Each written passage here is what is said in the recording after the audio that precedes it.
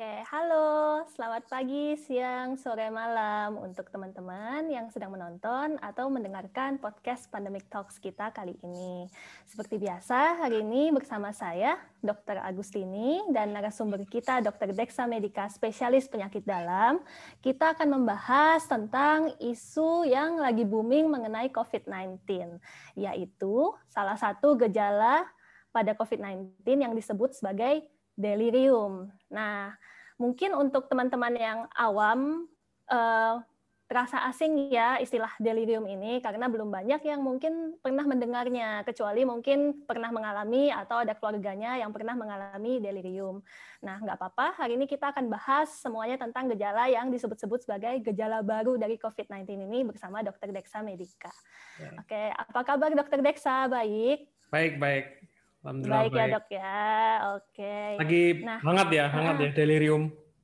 iya lagi hangat-hangat banget. Mungkin sebagian bingung gitu ya, apa sih kok ada gejala baru lagi gitu setelah hampir setahun gitu ya COVID-19. Iya, jadi sebenarnya dok, apa sih delirium ini? Jadi delirium itu diambil dari kata Latin ya, artinya Hmm. off the track. Maksudnya kita sudah tidak bisa otak atau otak atau pada kasarannya otak ya, tidak bisa menjalankan fungsinya secara baik lagi. Otak atau saraf pada umumnya. Jadi sebenarnya ini bukan suatu penyakit khusus atau spesifik, pasti ada penyebabnya, penyakit lain. Jadi ini merupakan salah satu gejala dari penyakit yang menyebabkan delirium. Mungkin itu sih yang utama. Oke, berarti otaknya atau sistem sarafnya di luar jalur begitu ya dok ya, Oh, di luar gampang-gampangnya jalur gitu yang deh. seharusnya. Penggampangannya Ya. kayak gitu ya. Oke. Terus dok, delirium ini kan berarti masalah saraf ya. Hmm. Gejalanya kira-kira seperti apa dok? Mungkin kan kalau saraf orang kepikirnya itu seperti stroke atau kelumpuhan kayak gitu. Nah kalau delirium ini seperti apa dok? Jadi dia ini salah satunya ini penurunan atensi, terus Perhatian penurunan ya. fokus, perhatian, Oke. kemudian dia ini mengalami disorientasi. Disorientasi itu sulit membedakan waktunya dia ini malam apa pagi atau sore atau siang. Terus dia tidak bisa membedakan tempat dengan baik. Jadi, ini di mana ya gitu. Pernah nggak sih kalau misalnya ada orang kayak, oh ini ada di mana, kayak orang bingung gitu loh, confused. Kemudian Confused ya. ya dia ini gampang setelah itu kesadarannya ini dia ini gampang mengantuk atau dia ini terlalu hyper alert. Jadi kayak terlalu posisi siap siaga yang kita harus membandingkan sebelumnya ini dia ini kesadarannya itu seperti apa atau kondisi sebelum dia sakit. Jadi harus ada bandingannya. Jadi biasanya orang terdekat, keluarga, tetangga, atau orang tempat kerjanya, ini yang biasanya tiap harinya itu seperti apa. Kan biasanya mengalami, kalau kita mengalami ada perubahan perilaku, itu kan ketahuan ya, di orang-orang sekitar kita. Nah, itu paling gampang untuk mengenalinya di situ sih. Ini jadi dirinya sudah tidak bisa mengenali tempat, orang, perilaku, dan ada perilaku yang berubah di dalam dirinya. Gampangannya sih gitu. Jadi seharusnya dia ini bisa sebelumnya nih dia kalau misalnya dia ini hitung-hitungan ya, misalnya dia kerja di bank, tiba-tiba dia tidak bisa melakukan penghitungan secara simpel aja. Ini sudah hati-hati, sudah mungkin ada mulai ada gejala delirium. Atau gampangannya dia ini sebelumnya dia ingat kalau nama si A itu Arif, nama si B itu Budi. Tiba-tiba di keesokan harinya dia tuh nggak bisa atau kesulitan untuk mengingat ulang, atau mungkin ada kesulitan untuk berbicara.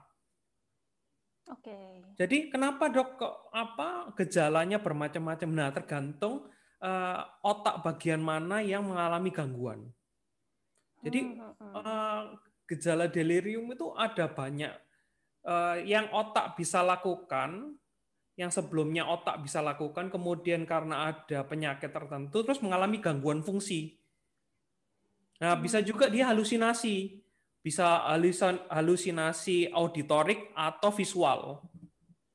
Sebelumnya dia ini, kok aku bisa mendengarkan suara ini ya, yang sebelumnya itu aku nggak tahu ini pernah ada atau enggak. Kayak misalnya ini aku kok kelihatannya nggak diganggu, kok ada orang yang membuntutiku. Jadi mirip orang dengan gejala-gejala gangguan saraf atau psikiatri. Jadi kalau orangnya sebut neuropsikiatri. Jadi berbagai macam ya, ada yang gelisah, terus tiba-tiba ada gangguan tidur yang nggak biasa, kemudian kalau misalnya mengenai bagian otak yang mengatur mood, dia gampang moody. Sebelumnya ini dia nggak apa-apa, nggak pernah yang tiba-tiba dia ini depresif, murung atau apa. Nah gitu. Luas Tapi ya, Dok? ya luas benernya kalau kita ngomongin Ya. masalah delirium itu luas banget. Jadi Ya. banyak yang bisa digali.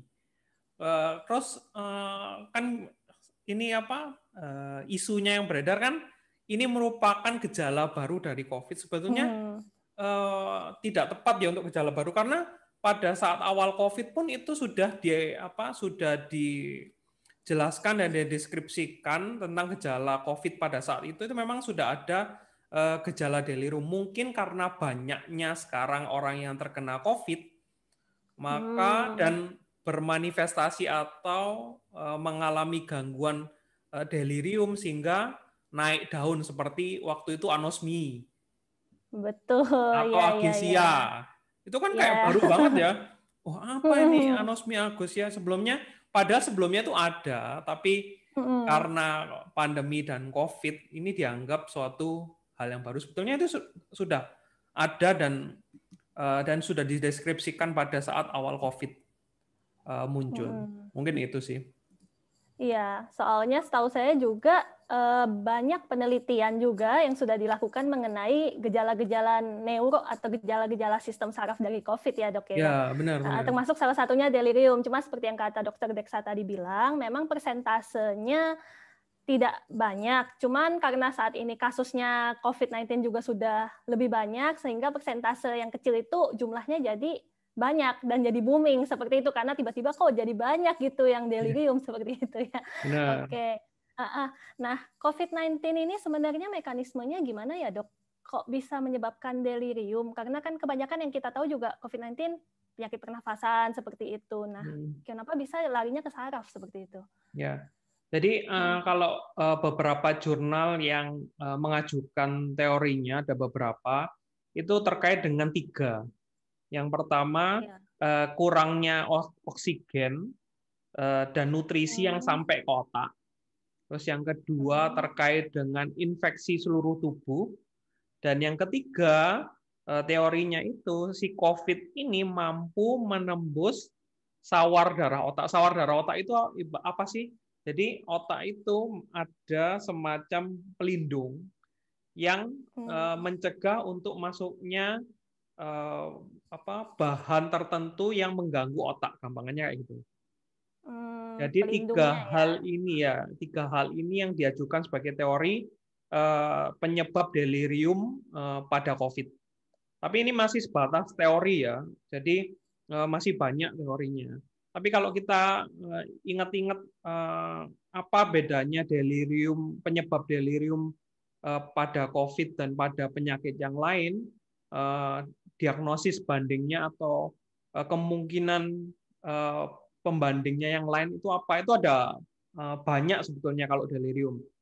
Seperti infeksi, bisa infeksi bakteri, infeksi virus ya kayak si COVID ini, atau gejala putus obat. Kayak misalnya habis minum konsumsi narkotika lah gampangannya. Itu kan kayak sakau, terus kayak orang gelisah, terus kayak orang ketakutan, itu bisa gejala putus obat. Kemudian adanya kalau di penyakit dalam itu acute metabolic atau perubahan tiba-tiba komposisi metabolik dalam tubuh atau gangguan metabolisme dalam tubuh seperti gula yang meningkat, adanya elektrolit yang naik atau turun. Kemudian yang berikutnya adanya trauma habis kecelakaan atau habis trauma kepala dipukul, gitu ya. ya trauma Uh, kepala. Terus ada mm, lesi atau gangguan di sistem saraf pusat. Oke, Entah apa penyakitnya apapun bisa. Terus bisa. kemudian hipoksi, yaitu gangguan kekurangan oksigen. Jadi otak Oksigen. ini tidak mendapat oksigen dengan cukup. Harusnya dia dikasih makanan jumlahnya 100, sekarang jadi 20. Atau dulunya dia dapat oksigen 100, sekarang cuma dapat 20. Ngamuk kan, atau marah kan otaknya. Terus bisa juga adanya gangguan, kalau di penyakit dalam itu diabetes biasanya, gangguan endokrin atau gangguan tiroid. Nah, itu bisa Oke. menyebabkan tiroid storm atau apa, gangguan tiroid bisa. Terus adanya Yang soal. penyakit pembuluh darah, itu bisa. Oke. Jadi jumlah darah yang ke otak berkurang itu bisa. Atau keracunan toksin atau keracunan racun ya, suatu racun atau bahan-bahan yang lain. Mungkin itu yang sering banyak banget ya dok. Banyak banget. Nah, salah satunya ini mumpung anunya COVID yang yang lagi hype atau yang lagi hype. Ya benar. Iya. Jadi sebenarnya banyak penyebabnya, multifaktorial juga ya dok ya yang menyebabkan delirium. Oke. Betul. Nah, kalau pada COVID-19 sendiri, dok, delirium ini termasuk yang akan muncul di awal. Jadi saat orang itu terinfeksi COVID-19, terus gejala awalnya salah satunya adalah delirium, atau dia muncul sebagai gejala jangka panjangnya setelah orang itu sembuh, terus jangka panjangnya jadi ada delirium, atau bisa keduanya, dok? Nah ya, ini menarik karena bisa keduanya. Bisa keduanya. Jadi, ya merujuk pada beberapa jurnal tentang gejala awal COVID, ini salah satunya ada yang mencantumkan delirium. Jadi kalau misalnya ini pengalaman klinis ya, pengalaman bukan penelitian.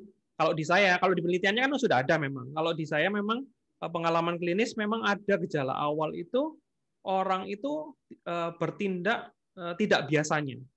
Jadi awal gejala itu dia itu merasa dirinya itu aneh atau merasa dirinya itu kebingungan mencari, misalnya dia mencari rumahnya dia atau apa. Itu ada. Ini pengalaman klinis ya, bukan bukan pengalaman yang ada di jurnal atau hasil yang ada penelitian yang di jurnal. Terus ada juga pengalaman klinis pasien saya itu setelah sembuh dari COVID itu merasa depresif. Jadi moodnya turun, mendadak nggak mau ngapa-ngapain. Padahal udah sembuh ya dok ya? Padahal sudah sembuh. Yaitu yang long COVID atau long haulers.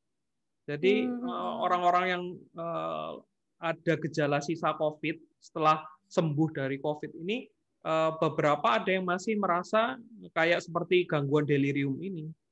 Kebiasaan tidurnya berubah, lebih sulit tidur, kadang gampang melamun. Terus ada beberapa yang masih, kalau dulu kalau bicara itu cepat banget, tapi sekarang itu agak mengalami perlambatan.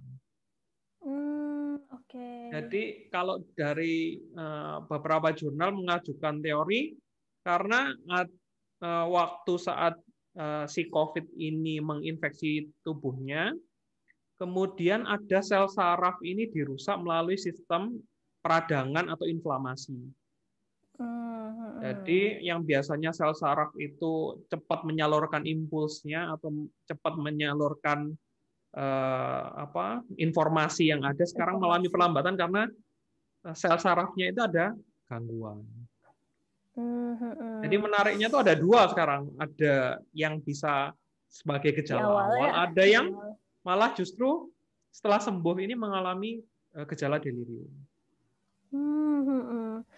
Oke dok, jadi sebenarnya kalau delirium ini bisa muncul di awal dan bisa muncul di akhir, jadi kita harus sangat waspada ya dok ya. Jadi nggak bisa kita bilang kalau di awal, misalnya orang itu baru datang tanpa riwayat COVID-19 sebelumnya, terus dia delirium, terus kita anggap kayak, oh enggak, ini pasti bukan COVID-19 gitu, enggak ya, tetap bisa muncul di awal ya. Dok, delirium ini tadi kan sudah disebutkan mungkin orangnya jadi disorientasi, orangnya jadi kebingungan. Kira-kira bahayanya ini bisa sampai mengancam nyawa nggak sih, Dok, untuk delirium ini? Kalau delirium ya selama mengancam ini kan karena dia ini suatu simptom ya, gejala. Gejala ya. Ya, jadi bukan apa namanya? Bukan suatu penyakit. Yang berbahaya, simptom yang berbahaya adalah gangguan kesadaran.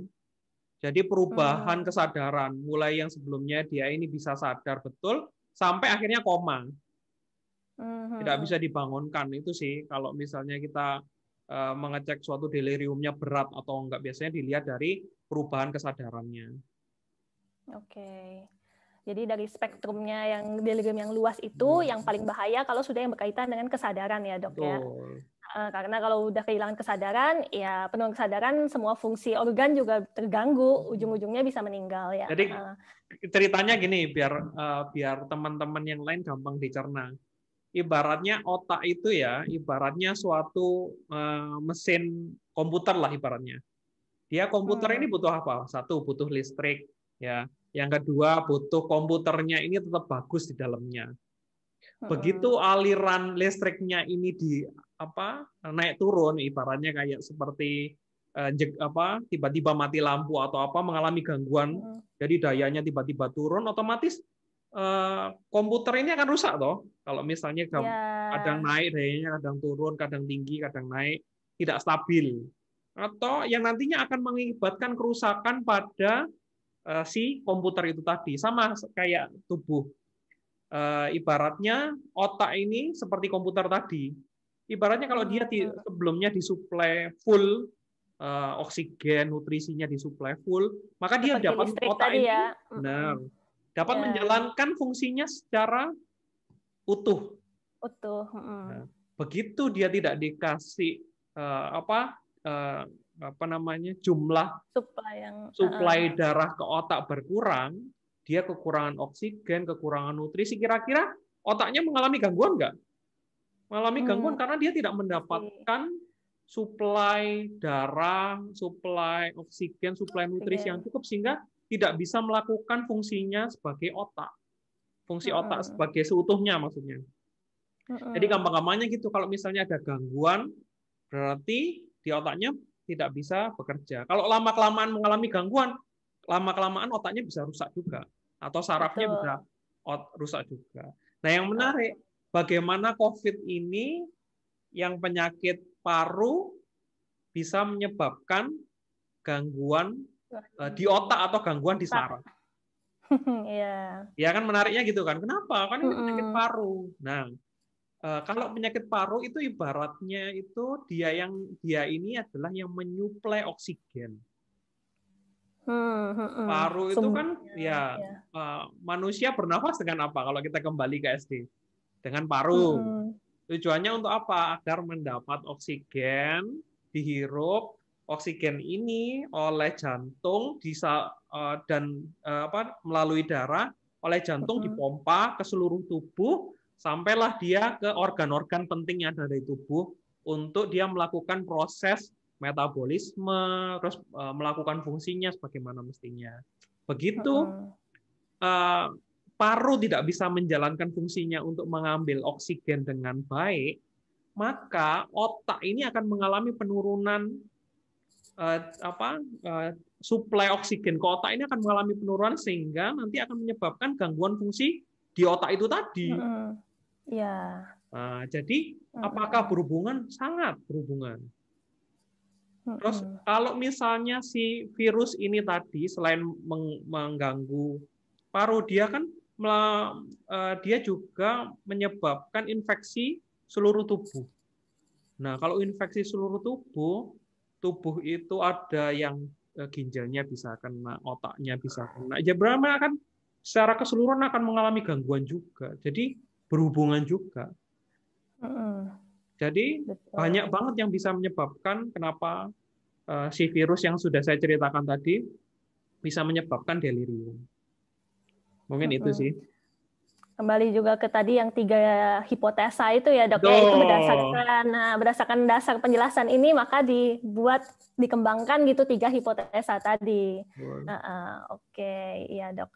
Nah sekarang mungkin kan setelah teman-teman yang dengar gitu tahu delirium itu seperti apa, kemudian kenapa dia bisa muncul di COVID-19, mungkin ada yang bertanya-tanya begini dok, apakah kita semua ini bila terkena COVID-19 punya chance atau kesempatan yang sama untuk timbul gejala delirium, atau mungkin ada satu kelompok usia tertentu kah, atau jenis kelamin, atau yang punya penyakit penyerta tertentu yang lebih rentan untuk mendapatkan delirium gitu.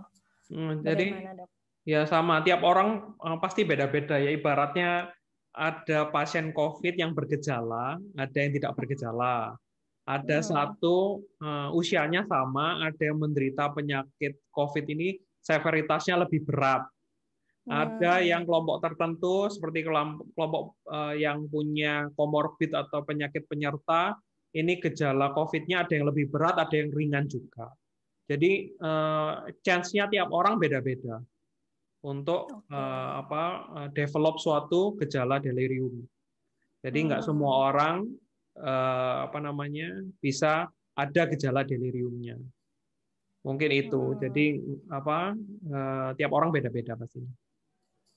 Dan mungkin juga kalau kita melihat dari mekanismenya ya dok, karena ini berkaitan juga dengan seperti yang tadi dibilang ada bisa karena toksik atau bisa karena dari pembuluh darahnya sendiri. Mungkin orang-orang dengan yang sudah berusia atau yang sudah punya penyakit penyerta yang contohnya misalnya punya penyakit ginjal kemudian menjadinya pembuangan toksinnya pun berkurang, mungkin saja bisa punya kesempatan yang lebih besar untuk mendapatkan delirium, mungkin seperti itu ya dok. Jadi kalau dari saya sih menurut saya mungkin dengan orang-orang dengan komorbid dengan penyakit penyerta atau yang sudah berusia harus lebih waspada untuk gejala delirium ini. Orang-orang terdekatnya mungkin harus lebih waspada untuk mengawasi apabila muncul gejala-gejala seperti yang dijelaskan oleh Dr. Deksa tadi, untuk segera mencarikan konsultasi ke dokter seperti itu ya. Ya. Tapi tentu tidak berarti bahwa yang muda juga nggak mungkin kena delirium begitu ya dok. Ya. Jadi memang ya seperti yang sudah Dokter Tini bilang tadi bahwa apakah sudah ada studinya orang yang mempunyai penyakit komorbid ini lebih rentan untuk terkena penyakit COVID yang berat. Banyak studinya. Jadi ada yang penyakit diabetes itu ternyata lebih rentan terkena, chance-nya lebih rentan terkena penyakit COVID yang lebih berat. Salah satunya ada yang gejala delirium tadi. Terus penyakit ginjal itu juga ada studinya. Kalau misalnya dia terkena COVID ini lebih rentan untuk menimbulkan penyakit COVID yang lebih berat dan gejala delirium juga ada. Kemudian penyakit HIV, HIV, beberapa seperti penyakit autoimun juga dilaporkan bahwa yang punya penyakit autoimun yang tidak rutin kontrol itu juga bisa menyebabkan severitas atau perburukan COVID yang lebih berat juga bisa. Tentu semuanya masih dalam penelitian ya dok, dan seiring dengan makin banyaknya kasus delirium, semoga penelitiannya juga semakin bisa memberikan hasil yang lebih baik ya dok ya. Oke dok. Kemudian kalau misalnya delirium ini kan suatu gejala ya dok, misalnya seperti gejala demam, kita obati dengan obat penurun panas. Kalau delirium ini pengobatannya seperti apa ya dok? Mungkin ada yang bertanya-tanya, apakah bisa di rumah mungkin diobatinya atau harus di rumah sakit seperti itu? Kalau delirium sebaiknya sih disarankan untuk di rumah sakit mungkin ya. Jadi sebaiknya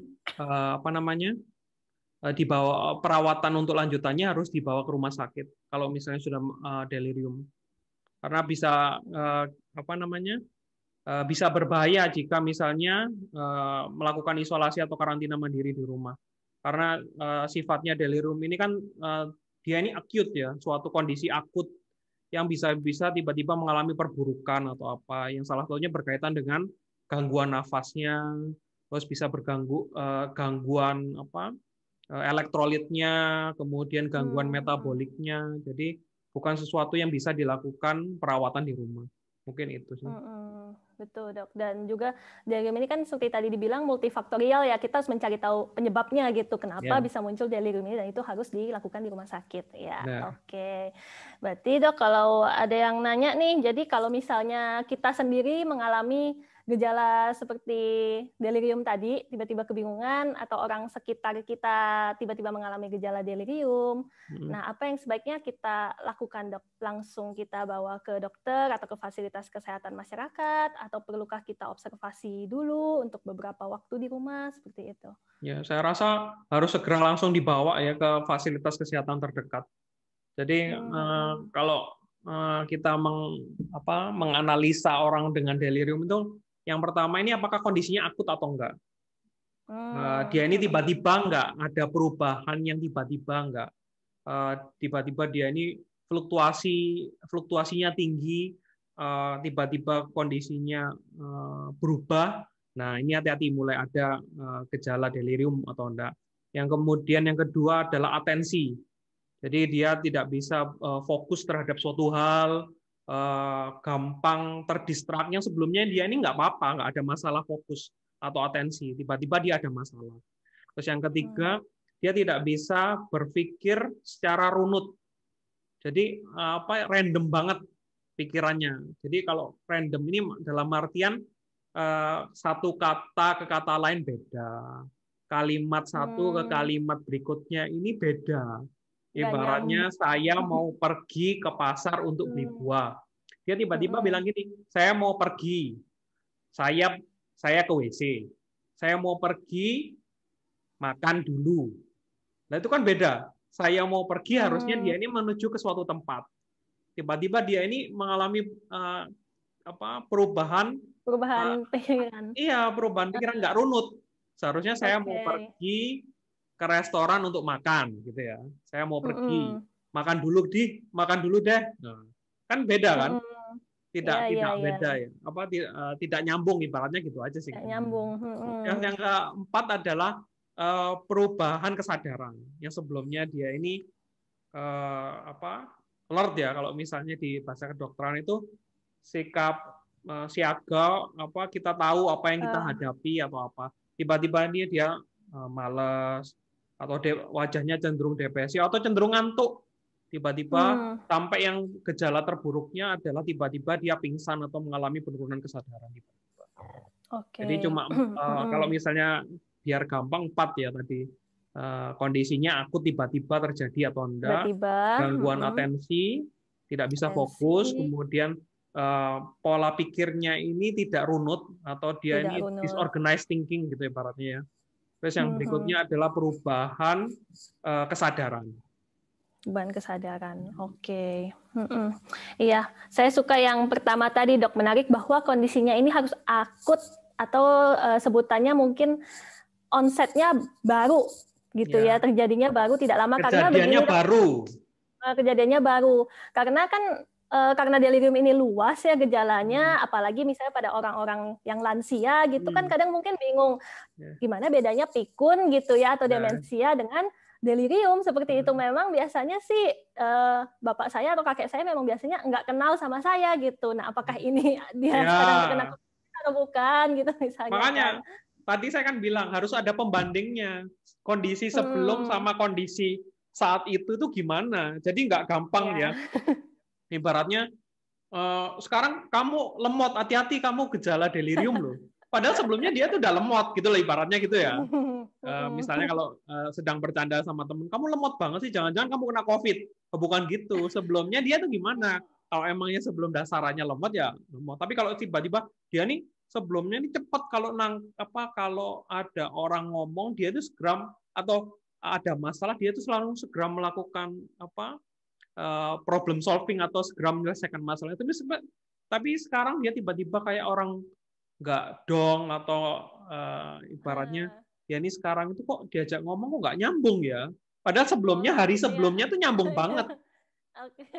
Yang bisa mengenal itu biasanya orang-orang terdekatnya sih, keluarga, teman kantor, sahabat, terus lingkungan kerja yang sehari-hari melihat. Gitu sih. Jadi nggak langsung malah jadi bercandaan ya dok ya. Lemot Iya. banget gitu. COVID-19 nih mungkin kalau Ya, gitu screeningnya. jadi hati-hati. Dan yang paling penting adalah biasanya disertai dengan gejala tambahan dari gejala yang umum pada COVID seperti apa ya, demam, Oke, kemudian ya. adanya gangguan penghidu atau anosmia, adanya perubahan eh, apa pengecap atau rasa, dia tidak bisa membedakan rasa atau Tidak apa. membedakan rasa. Terus flu-like syndrome yang seperti dia ini gampang Ya, batuk. capeknya tuh nggak kayak biasanya, batuk-batuk gitu. Mm-mm. Biasanya disertai dengan satu gejala dari macam-macam gejala itu. Jadi biasanya nggak berdiri sendiri. Tapi kalau Oke. misalnya dia berdiri sendiri, mungkin ada penyebab lainnya. Tetap harus ke dokter. Betul. Kuncinya itu, jangan Ya. self-diagnose, jangan Nah, diagnosa diri sendiri, bingung sendiri seperti itu kan. Pokoknya kalau misalnya ada dijumpai seperti itu gejala delirium yang akut, yang kejadiannya baru, apalagi kalau disertai dengan gejala-gejala khas COVID-19 yang lainnya, segera bawa ke dokter untuk diperiksa lebih lanjut. Seperti itu ya dok ya. Oke, dari saya cukup pertanyaannya sih dok. Apakah dari dokter Dexa ada yang mau ditambahkan? sudah. Yang penting kalau nggak ingin mengalami gejala delirium dengan COVID itu, ibaratnya obat utamanya adalah pencegahan ya.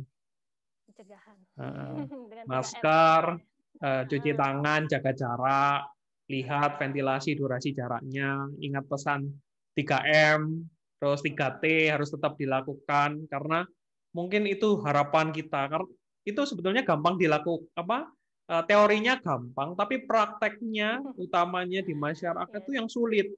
Jadi obatnya sebenarnya Hmm. gampang ya kalau misalnya kita mau bersama-sama untuk eh, menjalankan 3M, 3T, VDJ, ventilasi durasi jarak, itu sebetulnya gampang dilakukan kalau kita melakukan mempunyai persepsi yang sama dan serentak dilakukan.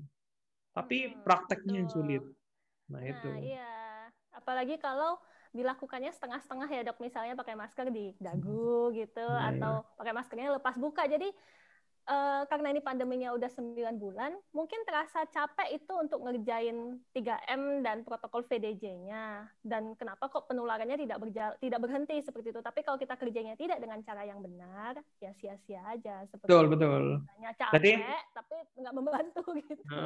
pokoknya gini aja, nggak perlu saling menyalahkan atau apa. Yang penting ingatkan secara berulang terus menerus saja. Ya ibaratnya air, ibaratnya batu kena air terus menerus ya lama-kelamaan bisa pecah juga. Ya.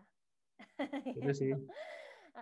Ya, contoh Oke. yang paling gampang pakai helm seperti itu kan, selalu diingatkan pakai Ya. helm kalau pakai motor, meskipun masih tetap ada yang nggak pakai helm setelah sekian lama peraturan itu ya dok ya.